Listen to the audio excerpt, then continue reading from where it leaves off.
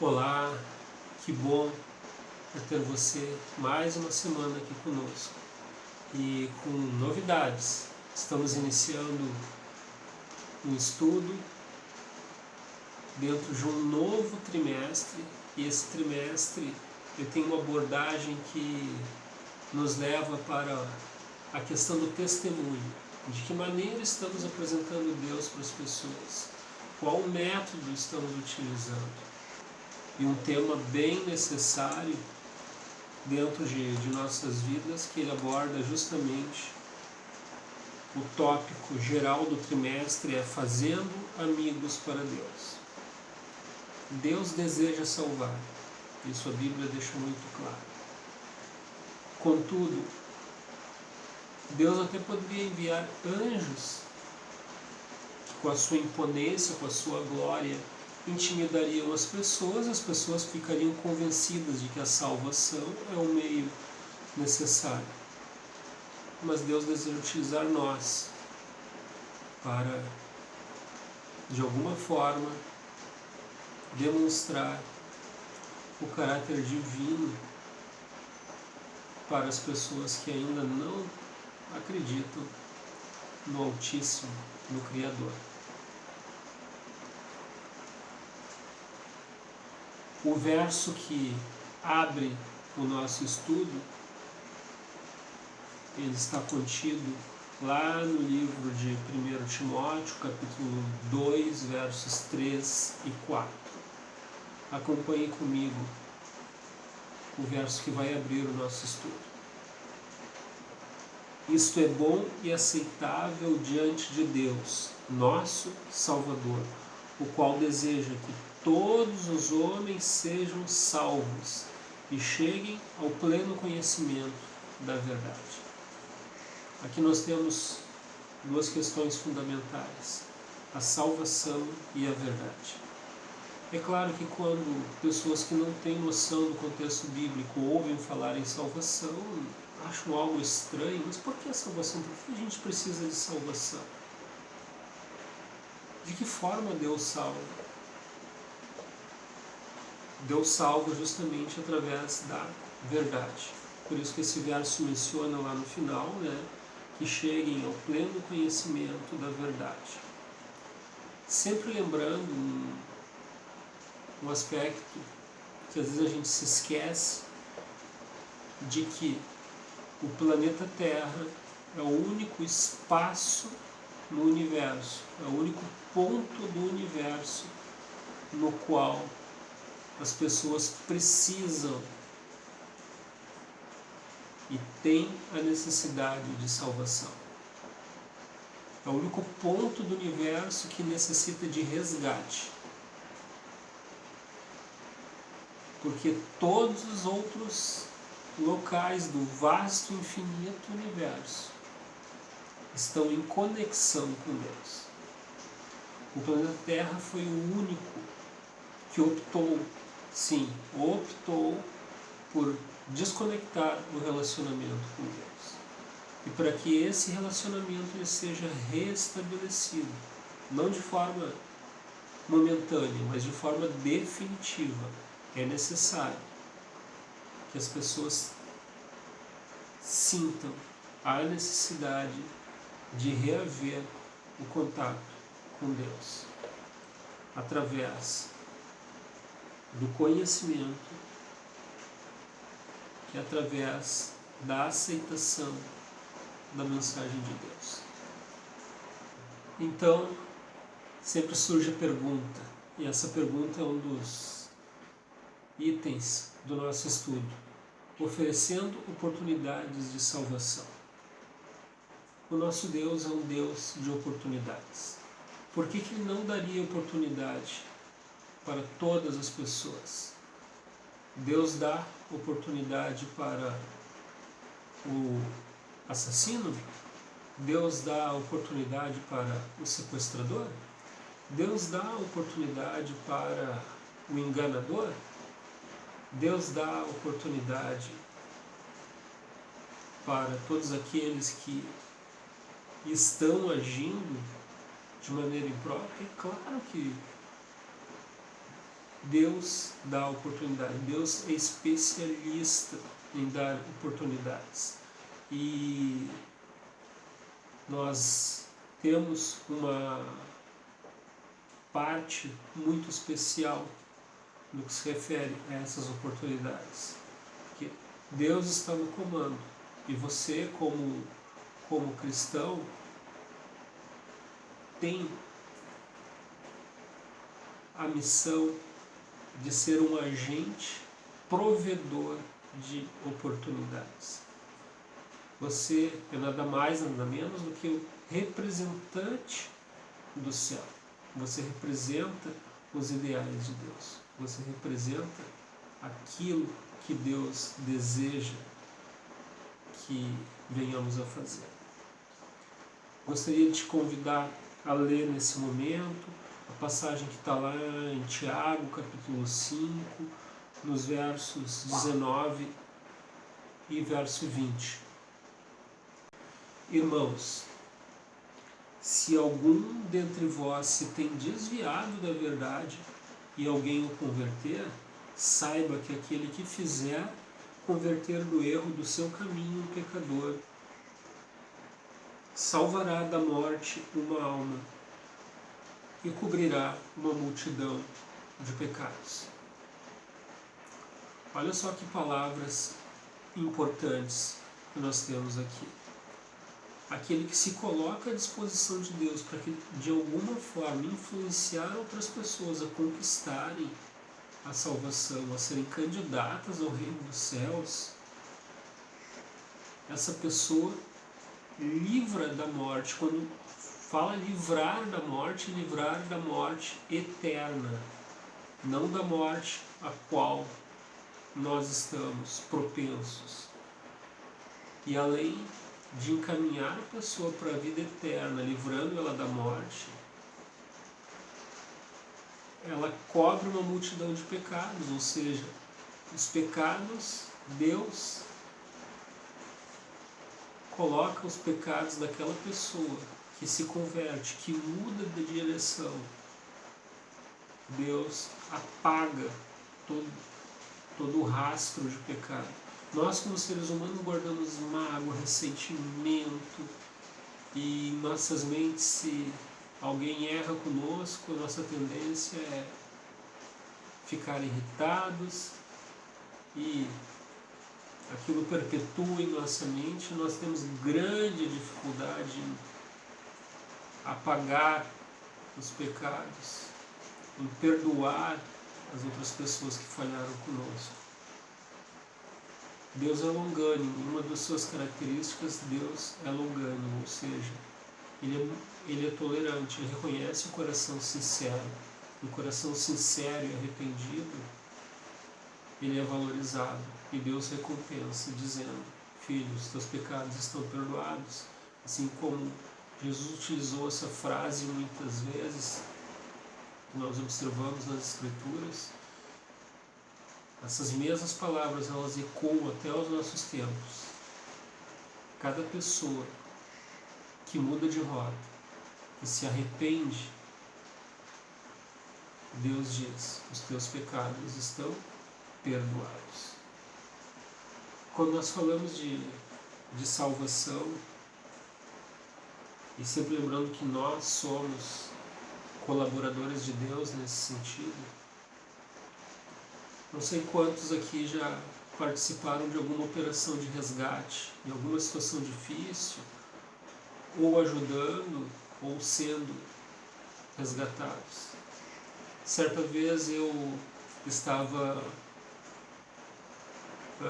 com a minha prancha no mar, pegando onda, e comecei a remar em uma determinada direção, e quando eu olhei para o lado, eu vi que na profundidade que eu estava não era normal ter banhistas naquele local. Então eu continuei remando, e realmente vi uma mulher e mais 2 pessoas que estavam em grandes apuros, estavam praticamente se afogando. As ondas estavam fortes, a correnteza estava puxando, E ao me aproximar daquela mulher, eu jogo a prancha em direção a ela para que ela utilizasse a prancha como um elemento que ajudasse a flutuar e evitasse que ela viesse a se afogar. Eu jamais vou me esquecer da maneira com que aquela mulher pegou aquela prancha, a maneira com que ela colocou as mãos na prancha, a maneira com que ela agarrou aquela oportunidade. Se fosse possível, as unhas e os dedos perfurarem a prancha, dada a ansiedade, a força e a disposição que ela estava ansiando por um resgate, é algo inexplicável. E naquele momento que ela se gruda a prancha, eu começo a nadar e levar ela em direção à margem. Quando eu olho para a margem já está repleta de pessoas observando, e os salva-vidas entram no mar para retirar as outras duas pessoas. Levo ela até um local seguro, nas mãos de outro salva-vidas, que leva ela para a areia até que as outras duas pessoas fossem resgatadas.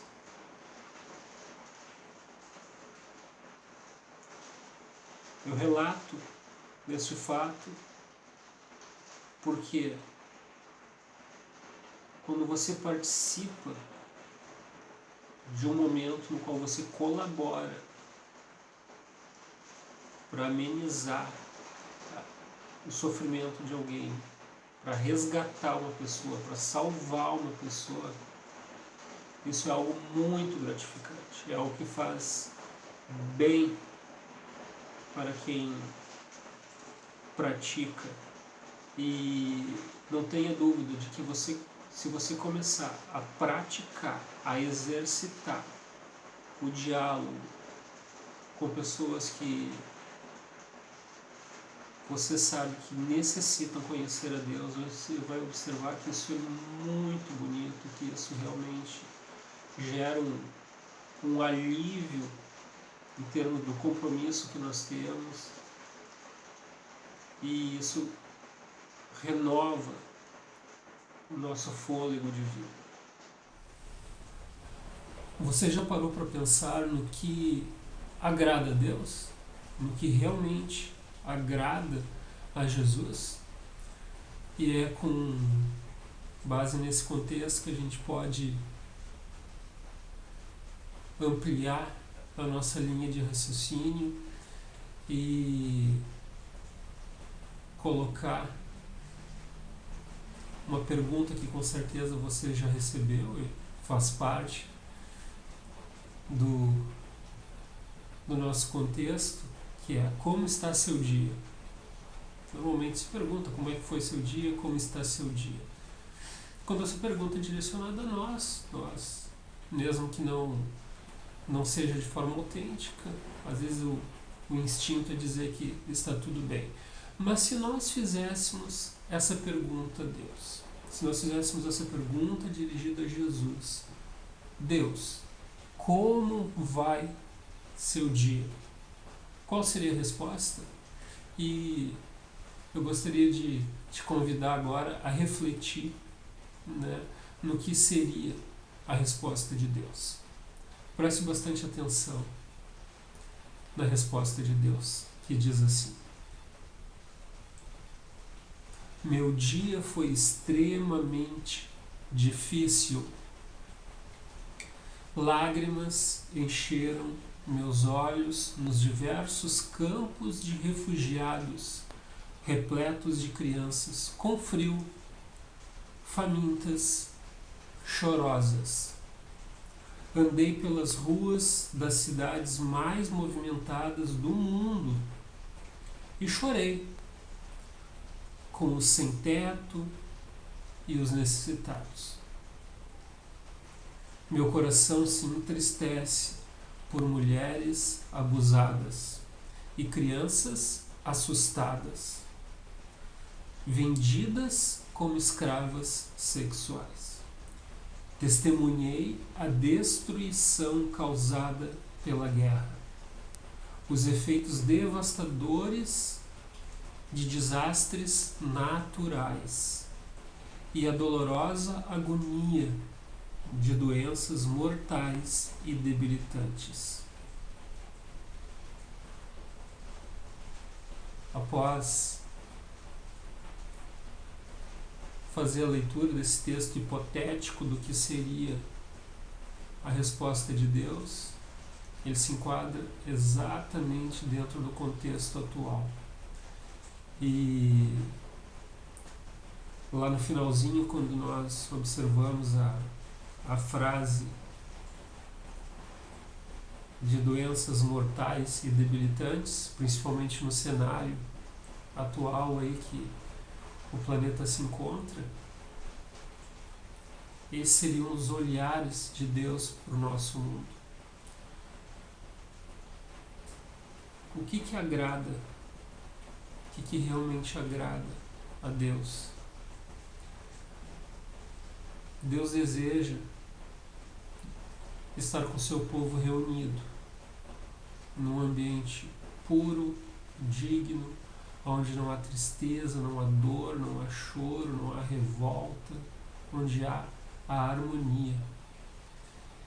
E à medida que a gente consegue espalhar essa mensagem de esperança, isso agrada a Jesus, isso agrada aos céus. Nós estamos sendo agentes participativos sempre que agirmos dessa maneira. Já que estamos falando de coisas que deixam os céus de forma alegre, nada é mais oportuno do que lermos Lucas capítulo 15, lá no verso 7. Digo-vos que assim haverá alegria no céu por um pecador que se arrepende, mais do que por 99 justos que não necessitam de arrependimento. Deus está preocupado com todos? Sim, está preocupado com todos. Mas o que anda na justiça, o que anda nos caminhos de Deus, não é a preocupação principal. A principal preocupação é justamente com aqueles que ainda não receberam a mensagem de Deus, perante aqueles que ainda não aceitaram a mensagem de Deus. Por isso que há alegria no céu, como nós lemos aqui, por alguém que se arrepende. Como vem sendo uma prática de todas as últimas semanas, nós teremos uma convidada especial para nos passar o estudo correspondente ao tema Crescendo por meio da doação. O que significa esse crescimento? Então a nossa convidada, a Daniela Nichelle, vai nos explanar esse tema, no qual ela vai abordar alguns aspectos do Mar Morto. Seja bem-vinda, Daniela, tudo com você. Olá, querido amigo que está participando do comentário da lição dessa semana. A lição dessa semana está falando sobre por que testemunhar. E a lição de terça-feira fala crescendo por meio da doação. Começa contando a história do Mar Morto. O Mar Morto é um mar que recebe muitos outros rios, mas ele é um mar extremamente egoísta. Ele fica guardando tudo para ele. Então, quando vem o sol, acaba secando e acaba tirando a água, né? E ficando muito sal. E não tem nem peixes, nem algas, poucas bactérias e micróbios. Ele é um mar que não deixa que cresça a vida nele. Assim é a vida do cristão quando ela não testemunha do amor de Deus. Vamos ler o que está em Lucas 6,38. Dai e dar-se-vos-á medida, recalcada, sacudida, transbordante, generosamente vos darão, porque com medida com que tiverdes medidos, vos medirão também. Assim, nós devemos partilhar e testemunhar da nossa fé, falar para as outras pessoas daquilo que nós estamos cheios. Será que você está cheio do amor de Deus? Que você está levando esse testemunho? Ou você está que nem o mar morto, apenas recebendo e não levando às outras pessoas? Você também pode ler João 7, 37 e 38. No último dia, o grande dia da festa, levantou-se Jesus e exclamou: Se alguém tem sede, venha a mim. Quem crer em mim, como diz a Escritura, do seu interior fluirão rios de água viva. Jesus chamou as pessoas para que elas viessem beber dessa água. Mostre para os outros quem é a água viva. Testemunhe desse amor de Deus. Aproveite a lição dessa semana. Tenha um bom estudo. Um abraço. Muito obrigado pela explicação direta, pontual e precisa. E aguardamos em breve a tua participação em outros estudos. Mais uma vez, nesta semana, teremos a participação do professor Jorge, que está sendo muito cordial conosco, dedicando um tempo para nos ajudar, e nessa semana ele vai abordar alguns assuntos que eu já vou antecipar para você. O primeiro deles fala de fidelidade ao mandamento de Cristo. Até que ponto nós temos que demonstrar fidelidade? Por que nós temos que demonstrar fidelidade? Cristo é fiel conosco? Nós temos que corresponder por obrigação ou por amor? Um outro assunto que vai ser destacado pelo Jorge também é o motivados pelo amor. O que gera motivação em nós? O amor é capaz de motivar? Sim ou não? Sob que circunstância? E também veremos a questão referente ao propósito da igreja. Por que a igreja lá do Novo Testamento tem uma missão? Que missão é essa? E que missão nós, hoje, como igreja, temos? Então, esses assuntos vão ser abordados agora pelo Jorge. Mais uma vez, bem-vindo, e tudo contigo. Bom dia, meu irmão, bom dia, minha irmã. Que bom estarmos juntos para estudarmos a lição da Escola Sabatina. Nessa semana estamos estudando um tema muito apropriado da nova lição desse novo trimestre, que é Por que testemunhar? E quarta-feira fala sobre fidelidade ao mandamento de Cristo. Qual o mandamento de Cristo? Jesus nos manda pregar o Evangelho. Ele disse lá em Mateus 28, ide pregar o Evangelho a todas as nações, povos, línguas, tribos, ensinando todas as coisas e batizando em nome do Pai, do Filho e do Espírito Santo. Paulo foi um dos pregadores mais eloquentes, mais comprometido, acho que com a missão da igreja. Paulo passou por tudo por amor a Cristo. E Paulo ainda em 1 Coríntios diz assim, lá em 1 Coríntios 9,16, ai de mim se não pregar o Evangelho. Paulo chegou a uma conclusão de que o Evangelho, ele pregava, mas ele não fazia mais do que a sua obrigação. Ele disse, ai de mim se não fizer isso. Então, nós precisamos entender que a pregação do Evangelho, nesses dias, nós somos apenas um instrumento de Deus, e Deus é quem é um apaixonado. Diz aqui na lição, até eu gostaria de ler para vocês, Deus é apaixonado pela salvação das pessoas. Não há nada mais importante para Ele. É seu desejo sincero que todos sejam salvos e cheguem ao pleno conhecimento da verdade. Ou seja, nós somos instrumentos de Deus. Deus ama a salvação das pessoas e Ele não está dizendo para nós que nós temos que salvar as pessoas. Está dizendo que nós precisamos ir e pregar o Evangelho. viver esse evangelho, falar desse evangelho, alertar as pessoas para a salvação, e então, quando Jesus voltar, essas pessoas estarão prontas para serem levadas para o céu. E lá embaixo diz assim, no último parágrafo: se a igreja negligenciar ou minimizar o mandamento de Cristo, ela falha no propósito de sua existência e perde seu chamado profético ao mundo. Ou seja, por que nós somos chamados no movimento profético de 1854? Um povo para pregar as 3 mensagens angélicas. Adorai a Deus, aquele que fez os céus, a terra e tudo que nele existe. Na realidade, é essa a nossa missão, nós não temos outra missão, pregar o evangelho.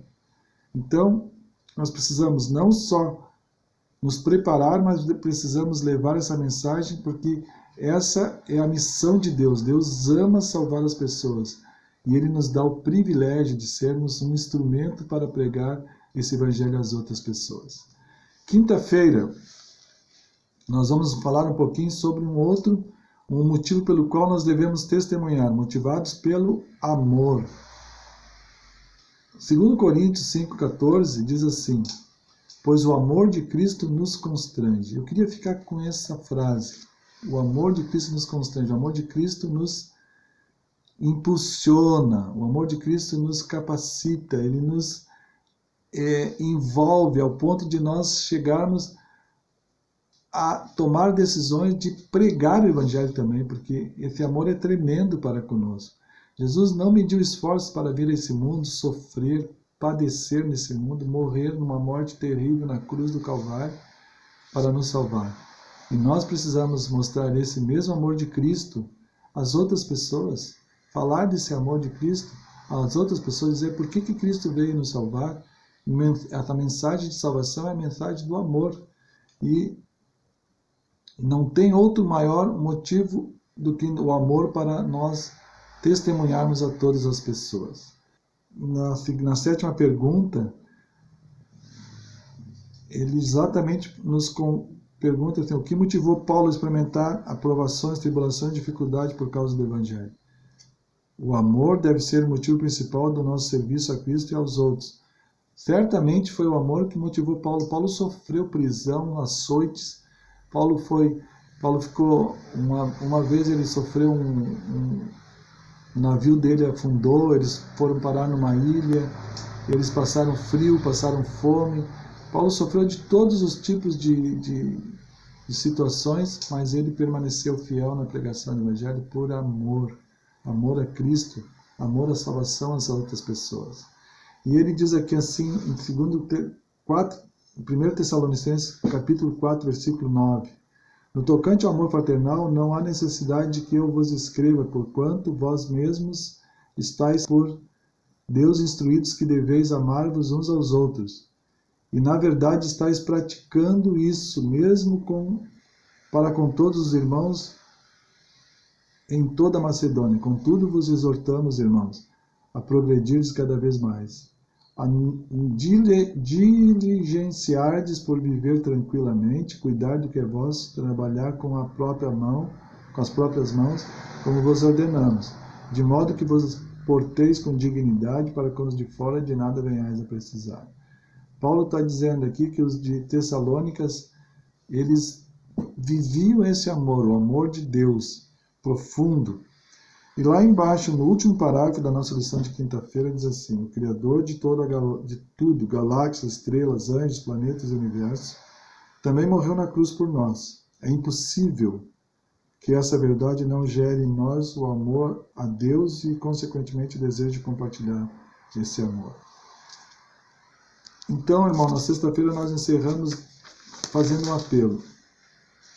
Se você ainda não está fazendo a sua missão de pregar o Evangelho, porque você não achou motivo, ore a Deus, peça a Deus, porque o motivo tem que ser o amor. Olhe para o amor que Deus tem para conosco, o amor que Cristo tem para conosco. Ame, pregue a salvação, leve pessoas à salvação, mostre às pessoas o grande amor de Cristo, e Deus vai te abençoar a ti, a tua família, e nós teremos o prazer de um dia chegar no céu e ver as pessoas que nós pregamos esse evangelho. Que Deus te abençoe, que Deus te dê poder para ser uma bênção na vida de todos aqueles que estão ao teu redor. Ótimo, muito obrigado pela explanação clara. Com certeza conseguimos captar alguns pontos que talvez não estivessem bem nítidos, e o Jorge foi muito feliz em suas exposições. Gostaríamos de contar com você na próxima semana, fazendo o encerramento então do nosso raciocínio e deixando claro o que o estudo colocou para nós, referente ao nosso compromisso com Deus, o nosso senso de missão, a disposição que temos que ter de levar adiante para as outras pessoas aquilo que Deus coloca, o seu maravilhoso plano da salvação, a vinda de Jesus, e que possamos aproveitar cada oportunidade e que jamais venhamos a nos esquecer de 5 pontos principais. Por que nós temos que levar adiante a palavra de Deus? Para oferecer salvação. Este é um ponto. Outro ponto importante é que isso faz com que Deus fique feliz. Isso alegra o céu. Terceiro ponto, para crescer, para fazer com que nós venhamos a crescer no relacionamento com o Pai, no relacionamento com as outras pessoas. Quarto ponto, demonstra sinal de obediência. Deus se agrada à medida que nós sejamos obedientes, à medida que seu povo é obediente. Nós, como pais, nos agradamos quando nossos filhos são obedientes. Por que com Deus seria diferente? E quinto ponto, por amor. A essência de Deus é amor. Logo, levar o Evangelho é uma demonstração de amor. Não apague isso de sua mente. Que você possa refletir em todos os pontos aqui abordados nesse estudo e que Deus te abençoe. Tudo de bom para você. Querido Jesus, querido Pai, obrigado mais uma vez por a bênção deste dia, pela oportunidade de estarmos aqui ainda estudando a Tua Palavra livremente, no seio da nossa família, que possamos ter o intuito de estar cada vez mais preparados, nos motivar a testemunhar, a pregar a Tua Santa Palavra, a sermos verdadeiras testemunhas, que é o que faz ter todo sentido, Pai, ser verdadeiramente um cristão. Que o Senhor possa nos abençoar, abençoe o estudo ao longo dessa semana, que possa ser muito proveitoso e que possamos cada vez mais, Pai, ser um exemplo vivo aqui neste lugar tão difícil onde vivemos. Por favor, nos abençoe toda a nossa família, em nome de Jesus. Amém.